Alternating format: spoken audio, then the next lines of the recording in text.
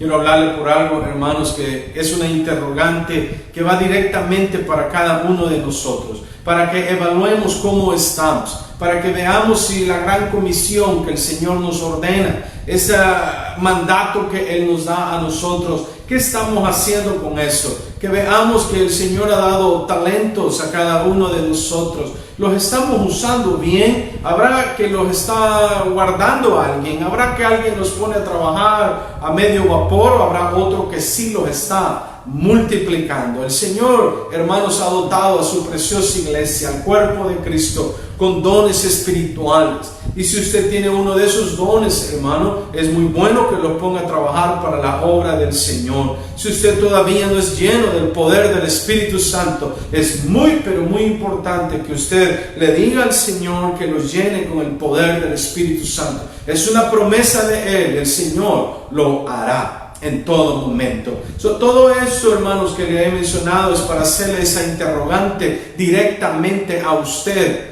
que piense, que analice antes de contestar. ¿Le podrá Dios confiar el futuro? Una vez más, yo quiero que usted lo vuelva a analizar. ¿Le podrá Dios confiar el futuro? ¿Será que el Señor puede venir y decir que encuentra en usted a alguien adecuado para llevar a la siguiente generación, o incluso para llevar al día de mañana, a la siguiente semana, al siguiente mes, algo que Él le va a encargar, algo que el Señor va a poner en sus manos para que usted pueda hacer algo con ello y decirle: Señor, el encargo que tú me diste, Señor, la asignación que tú me diste, esto es lo que hice, Señor, aquí te lo entrego, aquí lo pongo en tus manos, para ver, hermanos, si en realidad Dios podría hacer algo por medio suyo, y también para que analice y diga: bueno, hay personas llamadas, escogidas para esto. Yo no soy escogido. Quiero decirle, hermano, que en el Nuevo Testamento el Señor nos ordena a todos, nos manda a todos. Es decir, que todos aquellos que hemos creído en su nombre venimos a ser, hermanos, hijos de Dios. Y si usted es un hijo del Señor, entonces usted tiene una orden, un mandato que cumplir. Hay un encargo que su Padre le ha dado, y es, hermanos, llevar las buenas nuevas de salvación a otros, sea cual sea el medio que usted va a utilizar para llevarlo, pero tiene que llevarlo. En otros momentos quizás el método fue distinto. En este momento que hoy vivimos, precisamente, quizás sea otro método el que usted va a utilizar, pero siempre con la intención de llevar, de cumplir, a captar la orden que el Señor nos ha dado. Yo sé que todos hablamos de Mateo 28, hermanos, de Lucas 16, Lucas 24, de Marcos 16, de Juan 20, 21, por ejemplo, ese versículo de Juan 20, donde el Señor le dice: así como el Padre me envió, yo os envío. Quiero decirle que la gran comisión también en Hechos 1:8, donde Jesús le dice: pero recibiréis poder cuando haya venido sobre vosotros el Espíritu Santo, y me seréis testigos en Jerusalén, toda Judea, Samaria, hasta lo último de la tierra. Y así es como llegó la palabra Samaria con Felipe, como llegó a Cesarea, a la casa de Cornelio, a sus familiares y amigos por medio de Pedro. Y quiero decirle que eso no es nuevo, hermanos. En Deuteronomio capítulo 6, por medio de Moisés, el Señor le manda a decir algo al pueblo. Escuche eso, hermanos. La palabra de Dios dice en nombre de Jesús así: oye, Israel, Jehová nuestro Dios, Jehová uno es, y amarás a Jehová tu Dios de todo tu corazón y de toda tu alma y con todas tus fuerzas. Aleluya, gloria al Señor. Amén. Es algo que el Señor está repitiéndonos por medio de Moisés a su pueblo, y le está diciendo que tienen que repetirla a sus hijos y a los hijos de sus hijos. Para decirle eso, hermanos, quiero usar una ilustración, un ejemplo de algo que estuve leyendo. En Noruega, en el país de Noruega, han hecho un búnker, hermanos, para preservar, escuche esto, los libros más importantes de todo el planeta Tierra. Es bien importante que los libros, dicen ellos, los best sellers, es decir, los que han llegado como mínimo a la venta de 1 millón de copias, es bien importante que estén preservados por si hay alguna guerra, por si hay terremotos, por si hay tsunamis o maremotos, por si viene algún tipo de plaga y toda la población tenga que ser extinta. Entonces necesitamos preservar cultura, necesitamos preservar algo donde las personas puedan darse cuenta cómo es, cómo era, cómo ha sido. Y sobre todo es muy importante en este búnker, dicen ellos, que tengamos un libro que no puede faltar, es la Biblia. Y en ese búnker en Noruega, hermanos, quiero decirle que aparte de todos estos bestsellers que debe ser muy interesante leerlos y tenerlos, pero sobre todo está el libro de la vida, el libro de la palabra de Dios. En este búnker, hermanos, ellos consideran que si no está la Biblia, si no está el libro hermanos, que nos lleva a tener una mejor vida, si no está el libro de la palabra de Dios, entonces aquellas generaciones, aquellas personas, cuando la tierra vuelva a ser poblada, no tendrán cómo leer la palabra de Dios. Entonces en este búnker han decidido tener, puede faltar cualquier libro de ficción, cualquier libro de filosofía, cualquier libro de matemática, cualquier libro de historia, de cultura, puede faltar el que sea, pero menos el libro de la palabra de Dios. Quiero decirle, hermanos, que un búnker aguanta el agua, aguanta el calor, aguanta las balas, aguanta bombas, aguanta la soldadura eléctrica, aguanta ataques de bombas nucleares. No le pasa nada al búnker, incluso con una bomba nuclear. Y dentro de este búnker es bien importante que esté preservada la Biblia, porque después alguien la va a leer.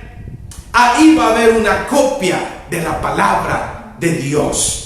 Quiero decirle, hermanos, que esto de preservar, esto de cuidar, de mantener, esto de multiplicar, esto de hacer más, esto de llegar aún más lejos de lo que el Señor quiere, hermanos, a nosotros es llevarnos a lugares más lejos, a otros niveles. Él no quiere dejarnos todo el tiempo como estamos. Él quiere siempre vernos bien. El Señor está interesado en todo momento que la humanidad, el ser humano, esté bien. En otras oportunidades le he comentado cómo capítulo 1 y 2 del Génesis no tienen la mancha del pecado. Y usted va a ver, hermanos, los protagonistas en la Biblia, el ser humano, el enemigo tratando de estorbar los planes de Dios, y un redentor, es decir, el Señor Jesucristo, alguien que siempre está interesado en cómo la humanidad esté bien. A Él interesa que nosotros estemos bien, a Él interesa vernos alegres, contentos, a Él nos interesa ver que estamos cumpliendo el propósito para el cual hemos sido creados. A partir del capítulo 3 del Génesis usted lee la caída del hombre y usted se da cuenta cómo la mancha del pecado, cómo la mentira, hermanos, introducida por medio de la serpiente, ahora está la mentira en cómo el empezar a culpar a otros, echar la culpa al otro. Luego de eso, por medio de Caín y Abel, viene el asesinato y empieza a ver cómo la mancha del pecado, hermanos, empieza a entrar en la humanidad, porque al enemigo solo le interesa, hermanos, robar, matar, destruir, pero a nosotros, hermanos, que nosotros somos del Señor, a Él interesa que nosotros tengamos vida, dice Él mismo con sus palabras, y que la tengamos en abundancia.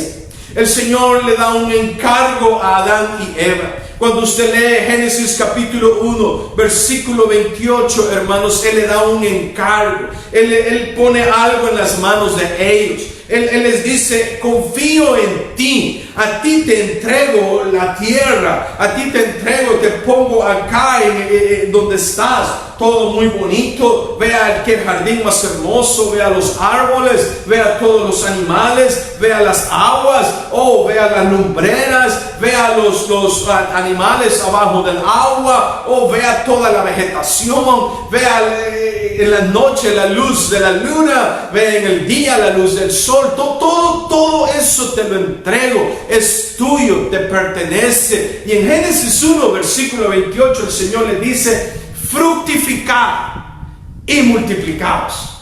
Mira lo que el Señor les está diciendo, un encargo que les está dando: fructificad y multiplicaos.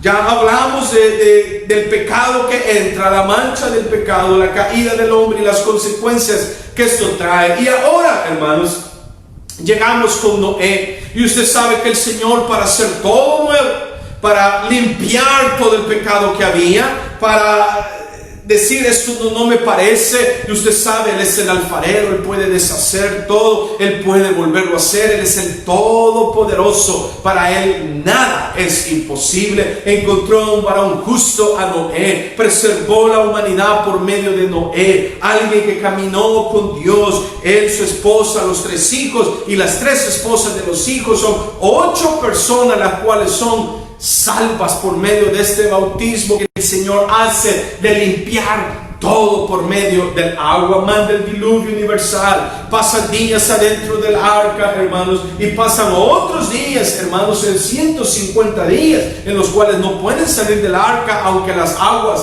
ya no caían. Quiero decirle que el Señor, hermanos, en Génesis le vuelve a dar las mismas instrucciones a Noé. Le vuelve a decir a él las mismas palabras que le dijo a Adán y Eva: fructificad y multiplicaos.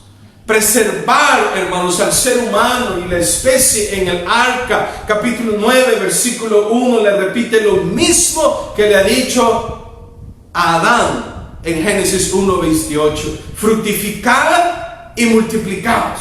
Tremendo lo que el Señor hace.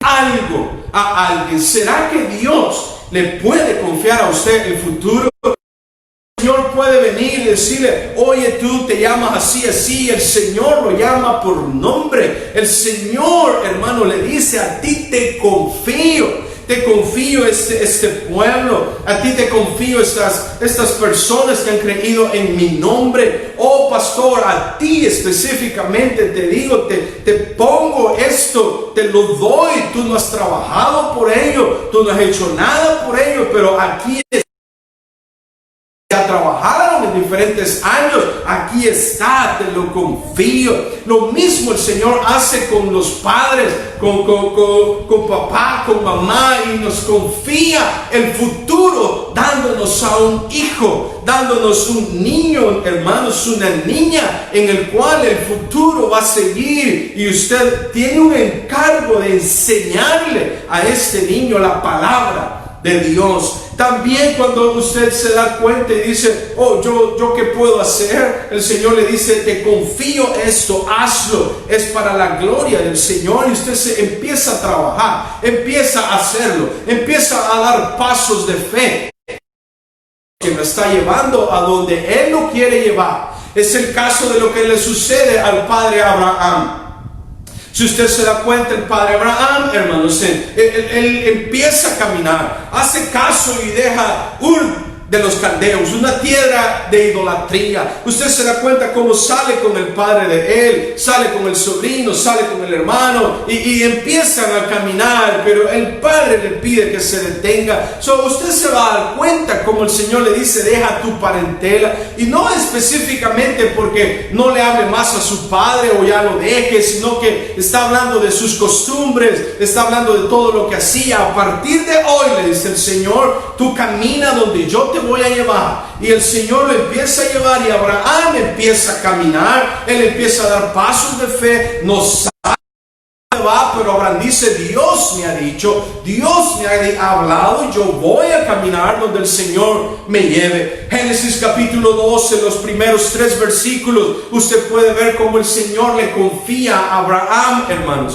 Le confía que él va a ser padre de multitudes. Él le cambia el nombre y específicamente esos 3 versículos el Señor le dice: te haré bendición a ti. Escuche, no para que él, oh, qué bonita la bendición, es toda mía, me gozo, me alegro, wow, qué buena bendición, sino que te haré bendición a ti, Abraham, para que tú seas bendición a otros. Está escuchando el encargo, está escuchando lo que el Señor está poniendo en manos de Abraham, le está confiando algo, le está diciendo que él tiene que instruir a su hijo, aunque todavía no tenía hijo en ese momento, pero le está diciendo en las futuras generaciones van a seguir a ese Dios que tú has creído, ese Dios que ha hablado contigo, ese Dios que ha tenido intimidad contigo, con quien has comido con ese Dios ahora que ha estado aquí con él. Y Abraham tiene que pasar ese mensaje a otros, tiene que pasar ese amor, esa convicción que tiene para ese Dios único y verdadero. Él tiene que pasar a otros esto. Le dice: para que tú seas bendición a otros. No es nada más para, oh, yo voy a engrandecer mis graneros, oh, yo voy a ser el hombre más rico, y no tiene nada de malo. Abraham fue muy rico. El Señor le dio muchas posesiones, le dio muchos bienes materiales, pero sobre todo Abraham era amigo de Dios, porque le creyó al Señor. Santiago en su carta, hermanos, lo menciona: amigo de Dios, por haber creído en el Señor. Fíjese, hermano, de que luego de esto usted se va a percatar cómo viene una hambruna, cómo viene una sequía, cómo la tierra no tiene de dónde agarrar para comer. Las personas empiezan a morir por eso. Pero escúcheme, hermanos, porque había alguien que Dios ya había escogido para que preservara a la humanidad. Y quizás sus hermanos pensaron: le hicimos un mal. Quizás los hermanos dijeron: oh, que mi padre ama más, que le ha hecho una túnica de colores, lo vamos a agarrar y lo metemos a un pozo. Oh, no, mejor vendámoslo y saquémosle provecho, saquémoslo y lo venden como esclavo. A ese que ellos pensaron que le habían hecho mal, Dios lo transformó para algo bien. A ese el cual la mujer de Potifar, hermanos, lo acusa, a ese que meten a la cárcel pensando el enemigo que estaba haciendo algo malo en contra del escogido de Dios, pero no era así. Todo lo que el enemigo ha querido hacer mal, Dios lo torna para bien. Gloria al Señor. Y José, hermanos, es alguien que Dios escoge para preservar al pueblo de Israel. 70 personas llegaron a Egipto y los manda a llamar José: vengan, hermanos, yo soy, tráiganme a mi padre, tráiganme a mi hermano, traigan a toda la familia, porque Dios me trajo aquí en este momento. Dios me confió el yo poder ser un buen administrador con Faraón. ¿Y por qué? Porque es para que Dios quería que ustedes vinieran y en esa hambruna que venía ustedes no fueran a morir. Y el pueblo de Israel se multiplicó, hermanos, llegó a 1 millón de personas. Ya no solo 70, por medio que Dios le confió a José una tarea, y José desempeñó esa tarea, y por medio, hermanos, el pueblo de Israel fue preservado. Quiero decirle, hermanos, que pensando en todo momento en el futuro del pueblo de Dios, Dios ha escogido a Abraham, Dios ha escogido a Jacob, Dios ha escogido, hermanos, a José en este momento para preservar a sus hijos amados. Fíjese que por medio de Moisés, que es la porción bíblica que nosotros leímos en Deuteronomio, este gran líder que Dios usó, hermanos, usó a él, a Moisés, para liberar a su pueblo, y para que en el desierto en que les tocó andar, Moisés era el líder que Dios hablaba por medio de él para su pueblo, para que ese pueblo, hermanos, ahora pudiera llegar a la tierra que Dios había prometido, a una tierra donde iba a fluir siempre leche y miel, a una tierra donde sus hijos amados llegarían. A esta tierra, hermanos, es para el cual Moisés es usado, y Dios le confía un pueblo. Mismo Moisés, hermanos, le está diciendo: oh Dios, yo no parí este pueblo. Oh Señor, ¿por qué me los has dado? Oh Señor, haz tú algo con ellos. Pero es porque Dios se lo había confiado a Moisés. El Señor, hermanos, escoge siempre a alguien. En este momento usted es a quien Dios, hermanos, ha visto, ha puesto sus bellos ojos, y Dios le está confiando a usted algo. En el desierto, hermanos, el Señor le confió a Moisés hacer un tabernáculo. No es el tabernáculo de Moisés, es el tabernáculo de Dios, construido por Moisés con las indicaciones, los materiales y todas las instrucciones que Dios mismo le dio a Moisés. El Señor le confió a Moisés materiales, le confió hombres, lo llenó con su espíritu, te trajo el Espíritu Santo sobre ellos, y puso que cada uno de estos hermanos tuvieran una carga de lo que Moisés tenía, la tuvieran en el corazón estas personas también. En el desierto, hermanos, el tabernáculo llevaba una intención, la cual era adorar, sacrificar, era congregarse, era alabar al Señor, y de todo lo que sucediera, hermanos, ahí en el desierto, el Señor, escuche bien, por haber hecho lo que Dios les había confiado, en el desierto Dios los cuidaría. Dios les daba de comer, Dios los protegía. Si venían las bestias y los animales salvajes, ahí estaba Dios para cuidarlos. Que necesitamos luz en la noche, ahí estaba la columna de fuego. Oh, que mucho frío, ahí está la columna de fuego dándoles calor. Oh, que necesitamos de los rayos del sol, ahí está la nube, hermanos, esas teofanías, manifestaciones de Dios. Ahí está la nube para guiarlos, para darles sombra, para traer un oasis en medio del desierto. Oh, que queremos agua, Dios mismo les da agua en el desierto. Donde no hay agua, para Dios no es imposible, es el dueño, el creador de todo. El Señor les da agua. Oh, que ahora queremos carne. Entonces el Señor les manda carne y les dice, les va a salir hasta por las narices la carne. Pero el Señor buscó a alguien, lo encontró, y este es Moisés, en quien Dios le confió el pueblo de él. No el pueblo de Moisés, el pueblo de Dios. De ese Dios en el cual ellos creían, el único Dios verdadero y sabio. Ahora le dice a Moisés, tú me vas a ayudar, esta es una tarea. Oh Señor, no puedo ni hablar. Y empieza Moisés con las excusas, y Dios en todo le dice, lo vas a hacer.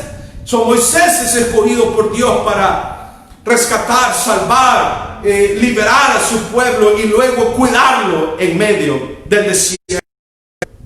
Moisés será alguien a quien Dios le confió el futuro. Luego de Moisés sigue la historia, hermanos, por medio de Josué. Usted se va a dar cuenta por medio del libro de Josué, el cual lleva el nombre de él, hermanos. Quiero decirle que usted empieza a ver un libro lleno de éxitos, un libro de conquistas, un libro en el cual usted empieza a ver cómo el Señor peleaba por el pueblo de Israel, cómo Dios mismo era la mejor arma que ellos tenían, cómo Dios, hermanos, sin siquiera ellos en muchas oportunidades desenvainar espada, ellos no necesitaban hacer esto porque Dios estaba con ellos.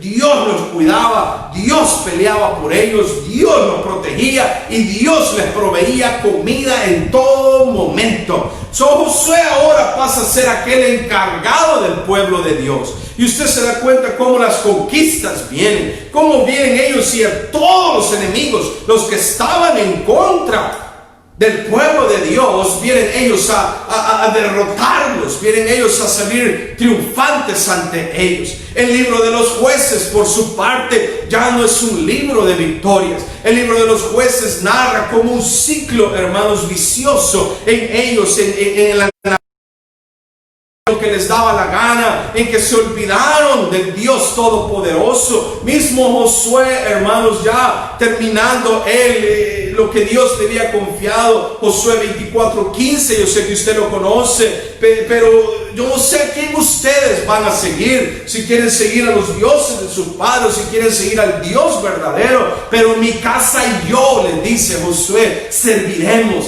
al Señor. Yo no sé usted quién quiere seguir, pero si usted se da cuenta, a partir del libro de los Jueces empieza a suceder algo y ellos se olvidan de ese Dios que liberó a sus padres de Egipto, que pasaron el mar y el Señor les abrió el mar, que llegaron al Jordán y el Señor también abrió las aguas del Jordán, que llegaron a la tierra prometida donde fluía leche y miel. Ese Dios que les ganó todas las batallas a las que ellos se enfrentaron, se olvidaron de Él. En el libro de los Jueces usted va a ver cómo este pueblo a quien Dios le había confiado algo, este pueblo no pudo seguir lo que Dios le había confiado. Y a partir del libro de los Jueces, vuelvo a repetir, es un círculo vicioso de hacer el mal, de caer en idolatría, de olvidarse de ese Dios. Pero el pueblo hizo algo bueno, y si usted ha caído en eso, quiero decirle que puede hacer algo bueno, como el libro de los Jueces narra que el pueblo de Israel hizo. Y dice que ellos volvieron a Dios y clamaron, lloraron, gritaron, le suplicaron al Señor que los liberara. Fíjese que hoy en día, hermanos, el mayor problema que existe no es ninguna plaga. No es nada de eso, hermanos. El problema grande que hoy existe es el pecado. No es en sí una plaga, es el pecado. El pecado, hermanos, es el que está matando a las personas una entre otros. El pecado mismo es el que hace que nación en contra de nación. El pecado mismo es el que trae todas las malas consecuencias que hoy en día la humanidad está viviendo. Entonces estos vienen y reconocen su pecado, claman al Señor y el Señor levanta un libertador en cada vez de estas, hermanos. Y usted se va a dar cuenta como Otoniel, Ahod, Barak, Jefté, Gedeón, Sansón, hermano. Y usted puede enumerar y usted ver todos en el libro de los Jueces, todos los jueces que Dios levanta y liberta a su pueblo y le confía a cada uno de ellos el pueblo. Y mientras ellos estaban vivos, mientras ellos estaban siendo ministrados, siendo liderados por un juez de estos que Dios había levantado, el pueblo estaba bien. ¿Por qué? Porque ellos hacían un buen trabajo. Dios los había escogido. Ellos administraban bien a la gente. Ellos hacían lo que Dios les había mandado. Ellos consultaban al Señor y el Señor les daba permiso o les negaba el permiso. Entonces ellos eran personas en las cuales Dios confió el futuro de su pueblo, de sus hijos. Y los jueces también. Quien hizo mal es que cada vez que un juez moría, dice ahí, hermanos, que el pueblo de Dios, escuche, el pueblo de Dios volvía a hacer lo malo. Y Dios necesitaba entonces en ese momento levantar a otro juez, otro líder en ese momento. Se les confió el futuro a ellos, hermanos, y ninguno de ellos lo cuidó. Y usted se puede percatar en eso, y podríamos seguir hablando todo el Antiguo Testamento en base a lo mismo, hermanos, de caída tras caída. Usted puede hablar de Roboam, puede hablar de Jeroboam, hermanos. Si usted se va a dar cuenta cómo trajo, hermanos, la idolatría, y le dice: no vayan más allá a esa ciudad, al templo, no, ya no lleguen ahí, aquí pueden adorar. Y empieza a levantar altares por todas partes, el reino del norte, las 10 tribus. No hay necesidad que vayan allá en esas 2 tribus. No, ahí déjenlos a ellos, y levantan, hermanos. Usted se va a percatar como Salomón, ese que le pidió a Dios: dame sabiduría e inteligencia, lo que hace es casarse con una egipcia, lo que hace es tener hermanos, muchas concubinas, y estas lo llevaron a levantar altares a otros dioses. Es decir, Dios, hermano, les confió el futuro y ellos no pudieron administrar lo que Dios les había dado. Usted puede darse cuenta cómo ya a partir del Nuevo Testamento hay algo que el Señor confía, hermano. Y usted puede leer Mateo 16, versículos del 13 en adelante al 19. Y usted va a ver el versículo 18, hermano, cómo el Señor le dice, hermanos, claramente a Pedro que le va a dar las llaves. Usted se percata como el Señor dice: voy a edificar mi iglesia. Usted se percata, hermanos, como las personas a la interrogante: ¿quién dicen los hombres que soy yo?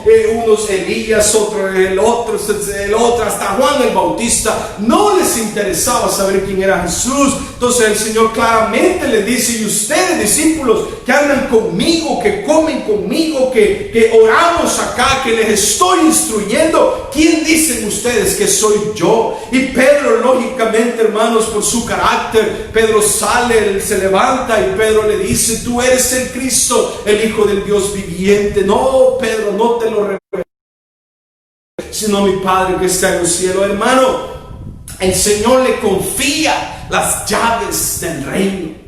El Señor claramente le dice que va a posicionar a la iglesia enfrente del Hades, y las puertas del Hades no van a prevalecer en contra de la iglesia. El Señor, a partir del Nuevo Testamento, escoge a unas personas con los que va a tener una relación más íntima, como estamos hablando de aquellos tres que anduvieron con él en todo momento: Pedro, Jacobo, Juan. Pero también tiene él, hermanos, sus discípulos, los 12. Pero también están aquellos 70 que el Señor mandó. También están aquellos 120 en Jerusalén que están incluidos en los discípulos ahí. Y el Señor les confía algo. El Señor les dice: yo mandaré la promesa del Padre, yo mandaré un confortador, yo mandaré a ustedes el Espíritu Santo. Ustedes no van a estar solos, no los dejaré huérfanos. Escuche esas palabras, dice: no los dejaré huérfanos. Es decir, que Él mismo, quien es el Padre, hermanos, no nos va a dejar huérfanos. Dice: yo os mandaré, porque ahorita estoy con vosotros, pero luego estaré en vosotros. Es decir, en la manifestación de su Espíritu Santo en nosotros. Y Él nos ha confiado el poder del Espíritu Santo. A Pedro, a los apóstoles, se le confió el futuro de la iglesia del Señor. No la iglesia de ellos, sino que la iglesia del Señor Jesucristo. No es la iglesia mía, no es la iglesia de nadie. La verdadera iglesia, la que lleva el nombre del Señor, no está partida, no está segmentada, no está pedaceada. La verdadera iglesia del Señor solo es una iglesia, es la que lleva su nombre, es la que sabemos que todo lo hace en el nombre del Señor Jesucristo. Y si usted es parte de esa iglesia, no estamos hablando de un edificio de paredes, de techo, de sillas. No, la iglesia del Señor es la que ha creído en el Señor, y el Señor nos ha confiado la iglesia. El Señor ha puesto el futuro en nuestras manos. El Señor ha dicho: quiero que lo ministren, y también quiero que lo administren. Este es la iglesia, esta es mía. El Señor nos lo ha dado para que nosotros, hermanos, llevemos esas buenas nuevas de salvación a todo aquel que todavía no conoce del único, poderoso, bello, hermoso nombre del Señor Jesucristo. Es necesario que nosotros veamos lo que el Señor ha confiado en nuestras manos y digamos: esto lo tengo que llevar a otro. Todavía hay padres, todavía hay abuelos, todavía hay primos, todavía hay sobrinos que incluso viendo la catástrofe todavía no creen en ese Dios todopoderoso. Usted necesita, usted que me escucha, usted que ha recibido instrucción, usted que se ha bautizado, usted que tiene la llenura del Espíritu Santo, usted que dice: yo soy de la iglesia del nombre. Ok, hermano, usted necesita anunciar a otros lo que usted sabe, como Moisés lo hace en el libro de Deuteronomio, y vuelve a repetirles todo, y no hay ningún problema en repetir todo, hermano, porque Dios se lo ha confiado. Use cualquier medio de comunicación. Y cuando ya pueda salir, y úselo y diga: ese Dios único, bello, poderoso y hermoso es el Señor Jesús. Hábleles a otros de Él. El Señor le ha confiado eso a usted. Habiendo dado la gran comisión, Mateo 28, versículos desde el 16 al 29. Lucas 24, hermanos, usted puede leer del 36 en adelante al 49. Usted puede leer Marcos, hermanos, capítulo 16, versículos 15 y 16, que se predicase, dice, en su nombre el arrepentimiento y el perdón de pecados. Al que creyere y fuere bautizado, este será salvo. Usted no sabe, hermanos, lo que va a suceder mañana, pero si usted hace algo y administra bien lo que Dios le ha dado, usted está garantizando el futuro para otras personas. Debemos de transmitir este hermoso mensaje del Señor a otras personas. No se quede quieto. Si usted comparte, hermanos, incluso cosas inadecuadas por medio de text messages, por medio del Messenger, por medio de Facebook, por medio de cualquier red social, por medio del internet, lo que usted use, hermanos, úselo para anunciar al Señor Jesucristo. El Señor le ha confiado algo. No se trata aquí nada más de ponerse a cantar, a aplaudir y qué bueno, oh, qué bonito, me siento bien, estoy alabando, estoy adorando, oh, mi espíritu que siente muy bien, qué alegría que hemos, ok, pero ¿y el vecino? ¿Y será que la persona de al lado está bien? Entonces usted necesita hacer algo para anunciar a otros. No se quede con las manos quietas. Hagamos algo, todo el mundo, para lograr llevar este mensaje poderoso de salvación a otras personas. El nombre de Jesús es poder. En el nombre de Jesús hay libertad. En el nombre de Jesús tenemos perdón de pecados. En el nombre de Jesús tenemos salvación. En el nombre de Jesús, hermanos, hay liberación. Jesús, hermanos, en el nombre de Jesús. Usted puede hacer todo en el nombre de Jesús. Todo lo que pidieres en mi nombre, dice el Señor, yo lo haré. El nombre de Jesús, hermanos, es para todos. No prive a otros, compártanlo a otros.